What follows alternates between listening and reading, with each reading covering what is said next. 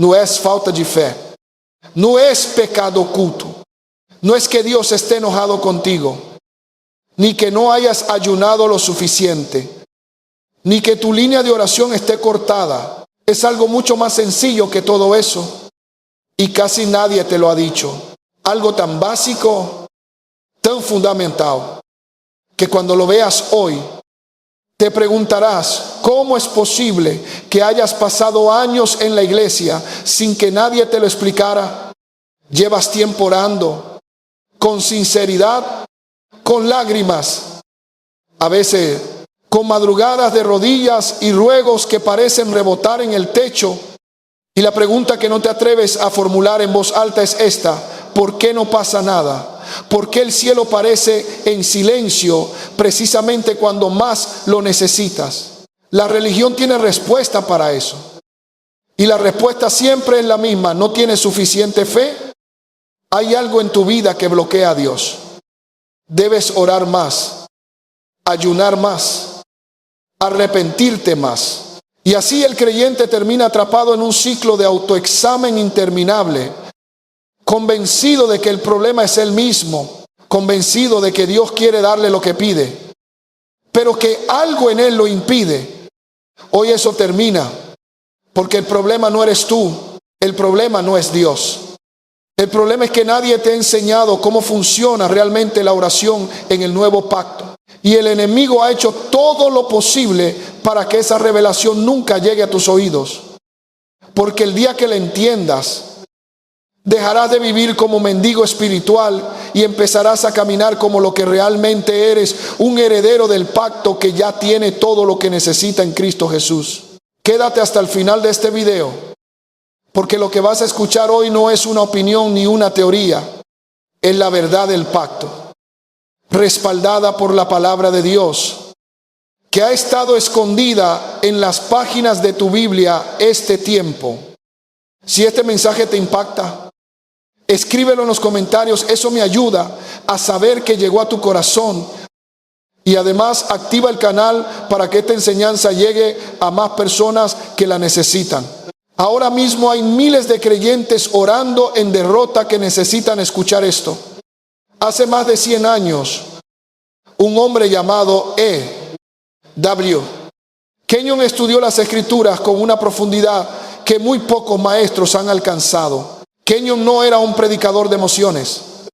Era un hombre que tomó el texto griego del Nuevo Testamento, lo colocó junto al lenguaje del pacto de la Biblia hebrea y descubrió algo que la iglesia institucional había enterrado bajo siglos de tradición religiosa. Descubrió que los creyentes del primer siglo no oraban como mendigos, no oraban como esclavos implorando a un amo distante. Oraban como hijos que conocían sus derechos legales en el pacto que Dios había sellado con su propia sangre. Kenyon escribió algo que debería estar grabado en la pared de cada capilla, de cada sala de oración, de cada lugar donde los creyentes se juntan a pedir. Hemos orado pidiendo poder cuando todo el tiempo ya teníamos poder. Hemos orado pidiendo sanidad cuando todo el tiempo la sanidad ya estaba en nuestra redención. Detente ahí, léelo otra vez con los oídos del Espíritu. Hemos estado pidiendo lo que ya nos fue dado. Hemos estado rogando por lo que ya fue comprado. Hemos estado mendigando una herencia que ya está depositada a nuestro nombre. Imagina esta escena. Un padre que ama profundamente a su hijo decide depositarle 1 millón de euros en una cuenta bancaria. Los trámites están hechos. El dinero está ahí. La cuenta lleva el nombre del hijo. El padre espera que el hijo lo use. Pasan los días y el hijo aparece en la puerta con la cara demacrada, con olleras, con el abrigo raído, y le dice: papá, por favor, ¿podrías darme algo de dinero?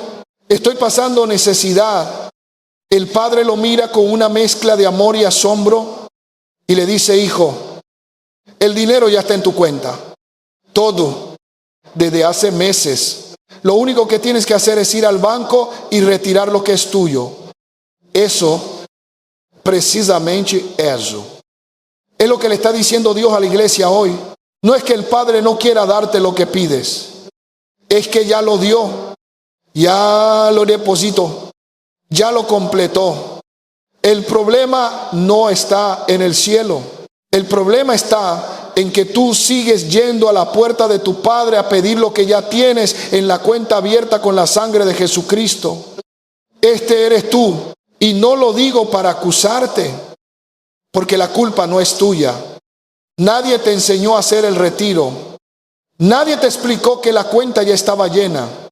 Te enseñaron a pedir, a rogar, a suplicar, a esperar.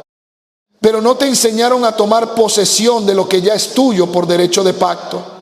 Abre tu Biblia en 2 Pedro, capítulo 1, versículo 3.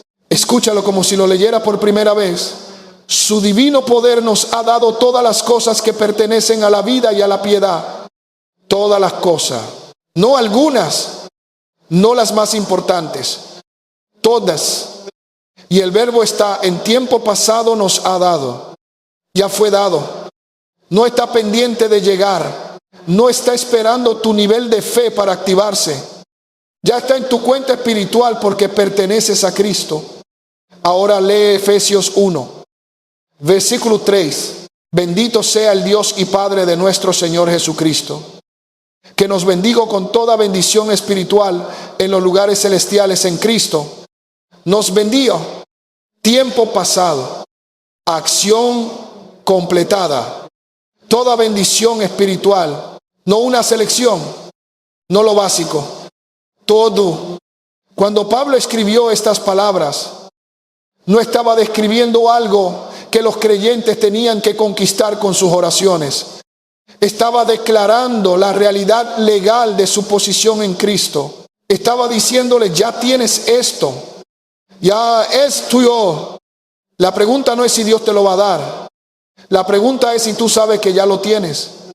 Y aquí entra la raíz del problema. La tragedia más grande en la iglesia moderna no es que a los creyentes les falte algo en Cristo. La tragedia es que no saben lo que tienen en Cristo y por eso piden lo que ya poseen. Luchan por lo que ya son y mendigan lo que ya les fue concedido. ¿Sabe por qué Pablo oraba de una manera tan diferente a como oran la mayoría de los creyentes hoy? Porque Pablo no oraba pidiendo a Dios que hiciera algo nuevo. Pablo oraba pidiendo que los creyentes vieran lo que Dios ya había hecho. Hay una diferencia abismal entre las dos cosas. Una diferencia que lo cambia absolutamente todo. Abre Efesios 1, versículos 17 al 19. Lee lo que pedía Pablo para los creyentes de Éfeso, que el Dios de nuestro Señor Jesucristo, el Padre de gloria, os dé espíritu de sabiduría y de revelación en el conocimiento de Él, alumbrando los ojos de vuestro entendimiento, para que sepáis cuál es la esperanza a que Él os ha llamado, y cuáles las riquezas de la gloria de su herencia en los santos, y cuál la supereminente grandeza de su poder para con nosotros los que creemos. ¿Lo ves? Pablo no pidió que Dios les diera más poder. Pidió que ellos supieran del poder que ya tenían. No pidió que Dios les diera una herencia. Pidió que ellos conocieran la herencia que ya les había sido concedida. No pidió que Dios los llamara. Pidió que ellos conocieran el llamamiento que ya habían recibido. Pablo oraba por revelación, no por provisión, porque entendía que la provisión ya estaba hecha. Lo que le faltaba a los creyentes no era más de Dios, le faltaba más conciencia de lo que Dios ya había puesto en ellos. Esa es la oración que necesitas hoy. No, Señor, da mi fe, sino Padre, abre los ojos de mi entendimiento para ver la fe que ya pusiste en mí. No, Dios, sáname, sino Padre, hazme consciente de la sanidad que ya fue comprada con los azotes de Jesús. No, Señor, da mi poder, sino Padre, revélame el poder que ya habita en mí porque Cristo vive en mí. Y aquí llegamos al punto donde la mayoría de los creyentes se detienen.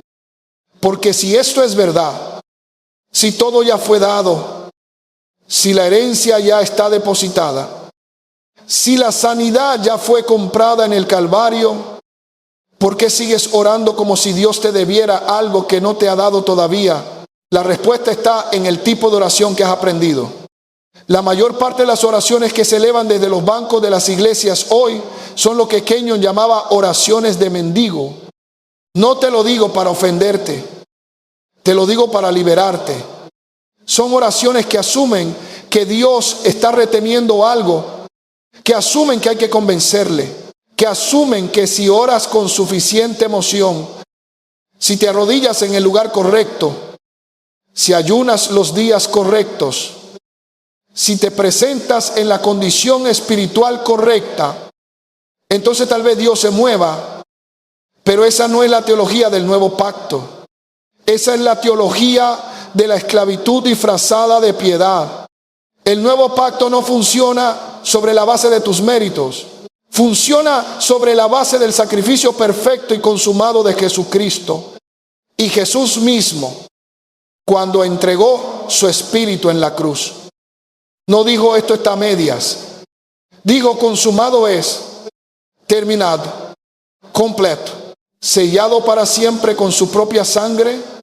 Cuando tú oras como mendigo, inconscientemente estás diciendo que lo que Jesús hizo en el Calvario no fue suficiente, que todavía hay algo que Dios necesita completar, que la obra de la cruz necesita un complemento tuyo para activarse.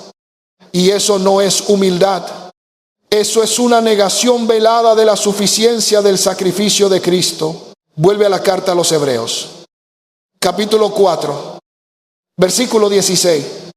Acerquémonos, pues, confiadamente al trono de la gracia, para alcanzar misericordia y hallar gracia para el oportuno socorro, confiadamente, no tímidamente, no con vergüenza, no como quien no sabe si será recibido, con confianza, con la seguridad del que sabe que tiene acceso legal a ese trono porque fue comprado con sangre. Y esa confianza no viene de tu desempeño espiritual de la semana pasada, no viene de cuánto has leído la Biblia, de cuántas horas llevas en ayuno, de si has fallado o no en los últimos días.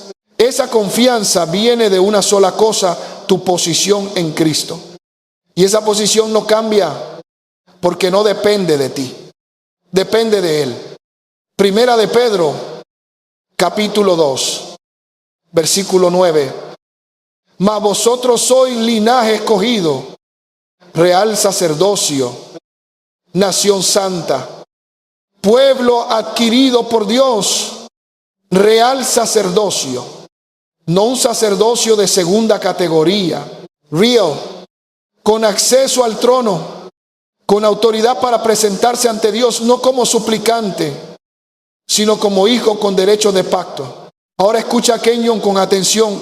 La razón por la que la oración falla es que el suplicante no tiene sentido de su derecho legal a estar en la presencia de Dios. Ese es el diagnóstico.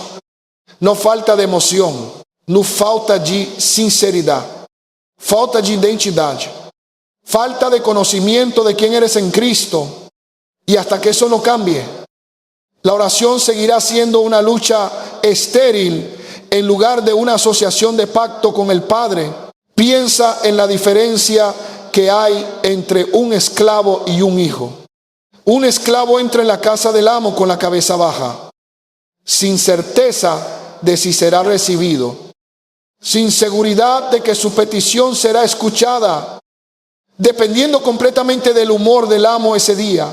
Un hijo entra en la casa de su padre con paso firme, sabe que es bienvenido, sabe que su padre lo ama, sabe que tiene derecho a estar ahí, no porque se lo haya ganado, sino porque nació en esa familia. Jesús murió para convertirte de esclavo en hijo, para darte acceso no como mendigo que espera en la puerta, sino como hijo que entra directamente al comedor, para darte no solo el perdón de tus pecados, sino la misma naturaleza de Dios habitando en tu espíritu.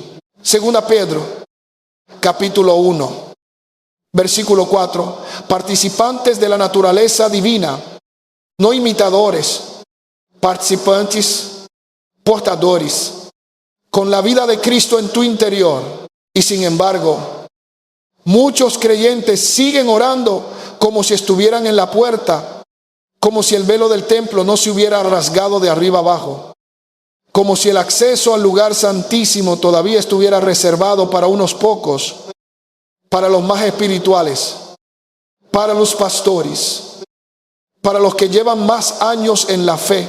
Y el enemigo se frota las manos cada vez que un hijo de Dios ora como huérfano en lugar de orar como heredero. Ahora quiero que veas algo que cambia todo sobre cómo entiendes la fe y las palabras que salen de tu boca. En Marcos, capítulo 11, versículo 22. Jesús dijo algo que la mayoría de las traducciones bíblicas han suavizado tanto que perdió su fuerza original. La versión que la mayoría conoce dice: tened fe en Dios. Suena razonable, suena piadoso, suena seguro, pero el texto griego original dice algo completamente diferente. La frase griega es echete pistin theou. Esa última palabra, theo, está en genitivo, y en griego el genitivo no siempre indica el objeto hacia el cual se dirige algo.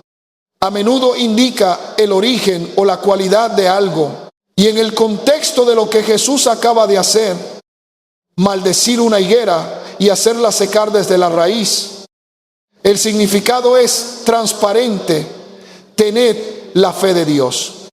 El mismo tipo de fe que Dios usa, que ellos lo vio con claridad meridiana. Escribió Jesús, no solo nos estaba pidiendo que creyéramos en Dios, nos estaba diciendo que ejerciéramos la fe de Dios. La misma clase de fe que Dios mismo utiliza. La fe que habló los mundos a la existencia. La fe que hay en ti no es una fe humana que intenta alcanzar a Dios desde abajo. Es la fe de Dios depositada en tu espíritu en el momento del nuevo nacimiento. Romanos 12, versículo 3. Dios repartió a cada uno la medida de fe. No una versión reducida, no una fe de principiante. La medida de fe, la calidad de fe que pertenece al Creador, distribuida en ti como equipo estándar de la nueva creación. Y Gálatas 2, versículo 20 lo lleva aún más lejos: la fe del Hijo de Dios. No fe en el Hijo de Dios, aunque eso también es verdad. La fe que pertenece al Hijo de Dios, la misma fe con la que Cristo operó durante su ministerio en la tierra, esa fe está ahora en ti. Y aquí es donde la oración deja de ser un ritual y se convierte en un acto de autoridad. Recuerda lo que dijo Pedro en la puerta llamada La Hermosa. Un hombre cojo de nacimiento pedía limosna. Y Pedro, en lugar de inclinarse a orar, dijo con toda calma y toda certeza: no tengo plata ni oro, pero lo que tengo te doy. En el nombre de Jesucristo de Nazaret, levántate y anda. Hechos 3, versículos 6 y 7. Pedro no se detuvo a suplicarle a Dios que sanara al hombre. No organizó una vigilia de oración. No le pidió al hombre que primero se arrepintiera, que primero tuviera más fe, que primero ayunara 3 días. Pedro sabía lo que tenía, y lo que tenía era la autoridad de Cristo, el nombre de Cristo, la fe de Cristo habitando en su espíritu recreado.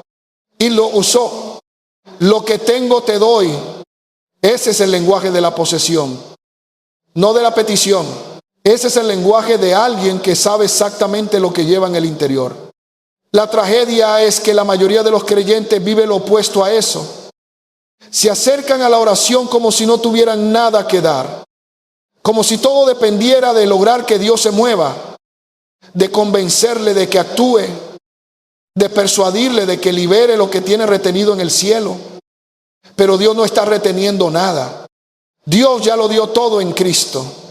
El que no escatimó a su propio Hijo, sino que lo entregó por todos nosotros. ¿Cómo no nos dará también con Él todas las cosas? Romanos 8, versículo 32. Todas las cosas, ya, incluidas en el paquete del nuevo nacimiento. El apóstol Juan lo resume en su primera carta, capítulo 5, versículo 14 y 15.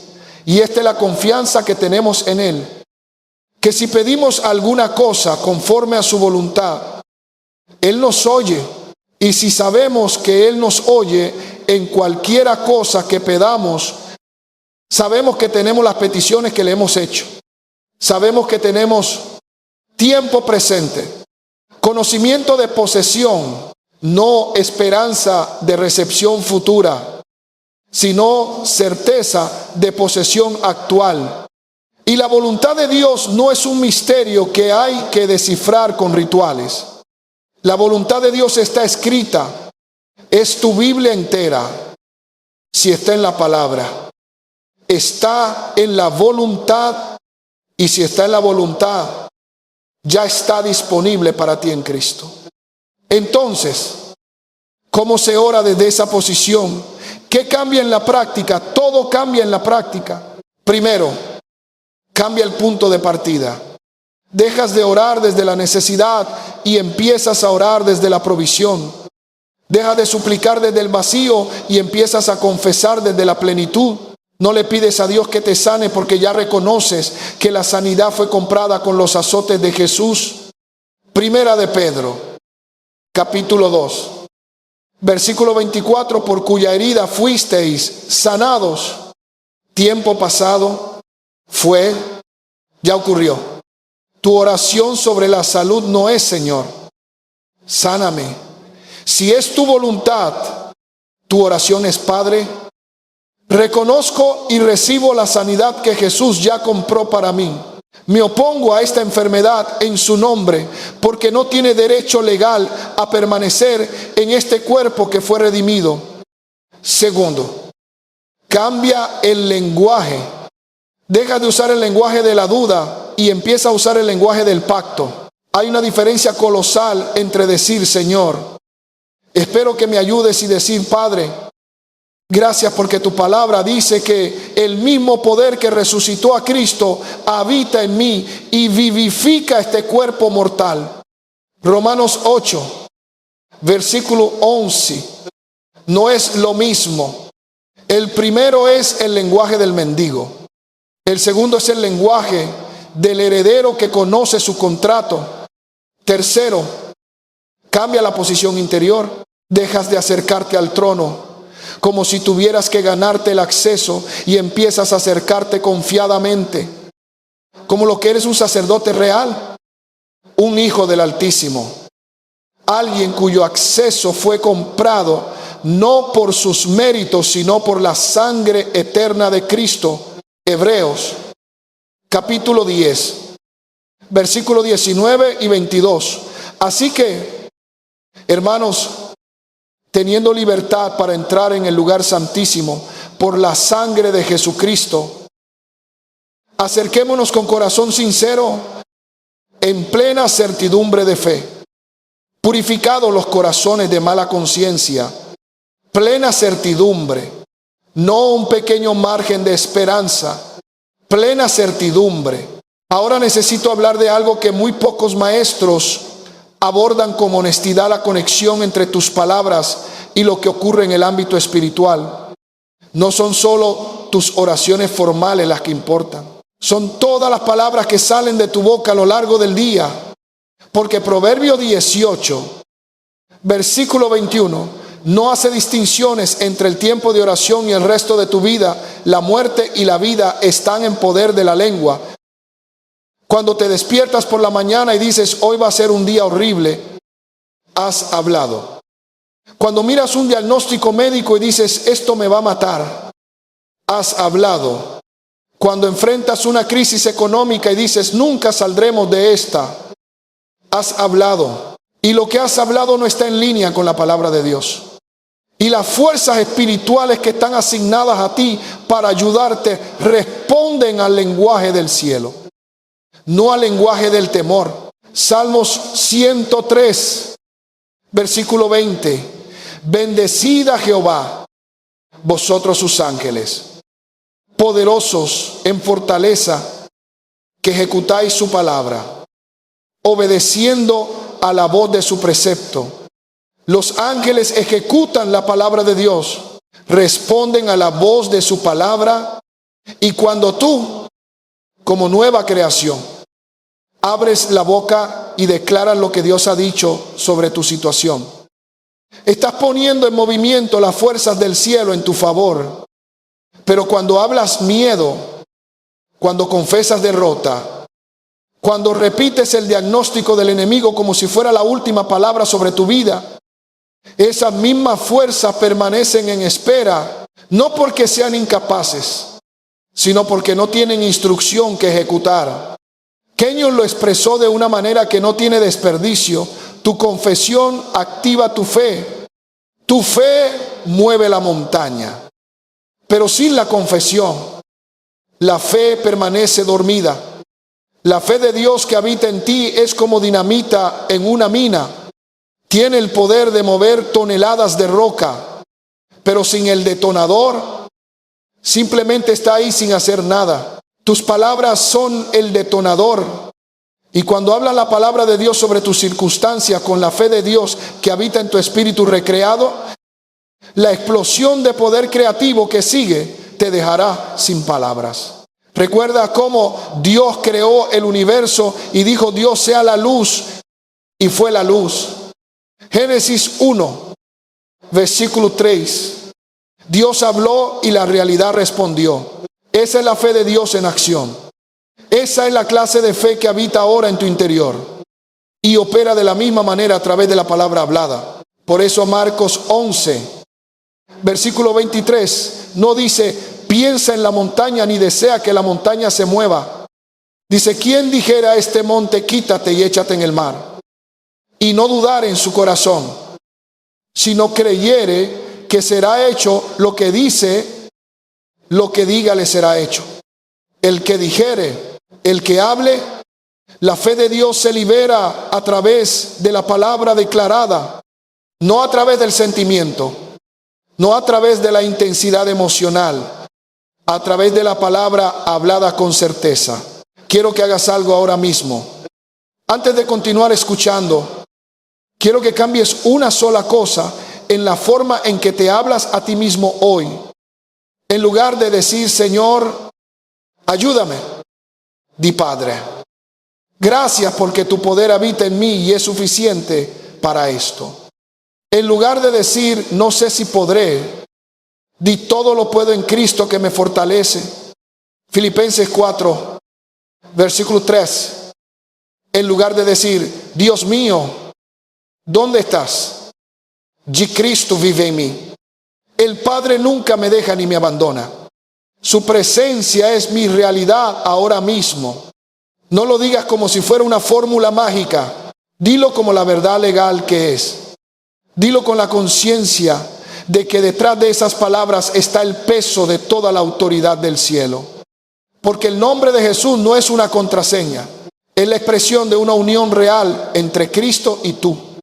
Y cuando oras en su nombre, no estás tú de pie frente a Dios con Cristo a tu lado. Es Cristo de pie frente al Padre a través de ti. Eso es la oración en el nuevo pacto. Eso es lo que Juan 16, versículo 23 quiso decir cuando Jesús prometió que el Padre daría todo lo que pidiéramos en su nombre. Ahora quiero decirte quién eres realmente. No eres un pecador perdonado que intenta no volver a caer. Eres una nueva creación. 2 Corintios 5, versículo 17. Las cosas viejas pasaron, he aquí todas son hechas nuevas. No una versión mejorada de tu antiguo yo, una creación completamente nueva, con una naturaleza nueva, con un espíritu nuevo, con Cristo habitando en ese espíritu. No eres un mendigo espiritual esperando que Dios te dé las migajas de sus bendiciones. Eres un heredero del pacto, un coheredero con Cristo. Romanos 8, versículo 17. herederos de Dios y coherederos con Cristo. Lo que Cristo tiene como hijo de Dios, tú lo tienes por derecho de pacto. No eres alguien que tiene que ganarse el acceso al Padre a través de su desempeño religioso. Eres un sacerdote real que entra al lugar santísimo, no por tus méritos, sino por la sangre que nunca pierde su eficacia. Y esa sangre habla hoy, Hebreos 12, versículo 24. La sangre de Jesús habla mejores cosas que la sangre de Abel. Y lo que la sangre de Jesús habla sobre ti es esto: perdonado, justificado, redimido, sanado, libre, aceptado, amado, poderoso, completo. Esa es la identidad desde la cual debes orar. No desde la culpa, no desde la condenación, no desde la duda. Desde la certeza de quién eres en Cristo y de lo que ya tienes por el pacto. La falsa humildad ha destruido más vidas espirituales que el orgullo. Y lo digo con toda la fuerza del texto bíblico detrás de mí. Porque cuando te acercas a Dios como si no merecieras estar ahí, cuando te disculpas por pedir, cuando añades a cada oración un sí es tu voluntad para evitar la responsabilidad de creer, no estás siendo humilde, estás siendo ignorante del pacto. Y la ignorancia no es una virtud. La verdadera humildad no dice no merezco nada. La verdadera humildad dice yo no merezco nada, pero Cristo sí lo merece todo. Y yo estoy en Cristo. Esa es la base, no tus méritos. Sus méritos imputados a ti de forma permanente e irrevocable. Y desde esa base, la oración deja de ser una lucha y se convierte en un fluir. Deja de ser un esfuerzo por convencer a Dios y se convierte en una participación en lo que Dios ya ha decidido y ya ha provisto. Juan 15, versículo 7. Si permanecéis en mí y mis palabras permanecen en vosotros, pedid todo lo que queréis y os será hecho. La condición no es tu perfecta conducta. La condición es la permanencia, la unión. Vivir consciente de que Cristo está en ti y tú estás en Él. Desde ahí, la oración es el Padre hablando sus deseos en tu corazón y tú devolviéndoselos a través de tus labios. Eso es orar en el Espíritu. Eso es orar con autoridad. Quiero cerrar con algo que deberías declarar en voz alta hoy. No como un ejercicio religioso, como un acto de fe basado en la palabra de Dios. Di esto, Padre. Gracias, porque en Cristo ya tengo todo lo que necesito para la vida y la piedad. Tu poder habita en mí. Tu fe opera a través de mis palabras. La sanidad de Cristo ya fue comprada para mi cuerpo. La provisión ya fue asegurada para mi vida. No vengo a ti como mendigo. Vengo como hijo que conoce su herencia y la recibe con acción de gracias. Mi oración no es súplica, sino participación en lo que ya hiciste. Y mis palabras son el detonador de tu poder en mi vida desde este momento. Ahora te pido algo. Escribe en los comentarios estas palabras en primera persona como declaración. Yo oro como heredero, no como mendigo. Lo que Cristo compró, yo lo recibo. Escríbelo. No solo lo pienses, decláralo, porque tus palabras tienen peso en el ámbito espiritual. Y cada vez que declares la palabra de Dios en fe, algo se activa a tu favor en el cielo. Si este video llegó a tu espíritu hoy, dale a me gusta y suscríbete al canal. Activa la campanita para que no te pierdas ninguna enseñanza. Estamos descubriendo juntos las verdades del pacto que la religión ha enterrado durante siglos. Las referencias bíblicas de todo lo que escuchaste hoy están en la descripción del video. El secreto ha salido a la luz. El pacto es tuyo. La herencia está depositada. El nombre tiene autoridad. La sangre habla. Y tú, hijo de Dios, no eres un mendigo. Nunca lo fuiste. Camina en lo que eres. Habla lo que tienes.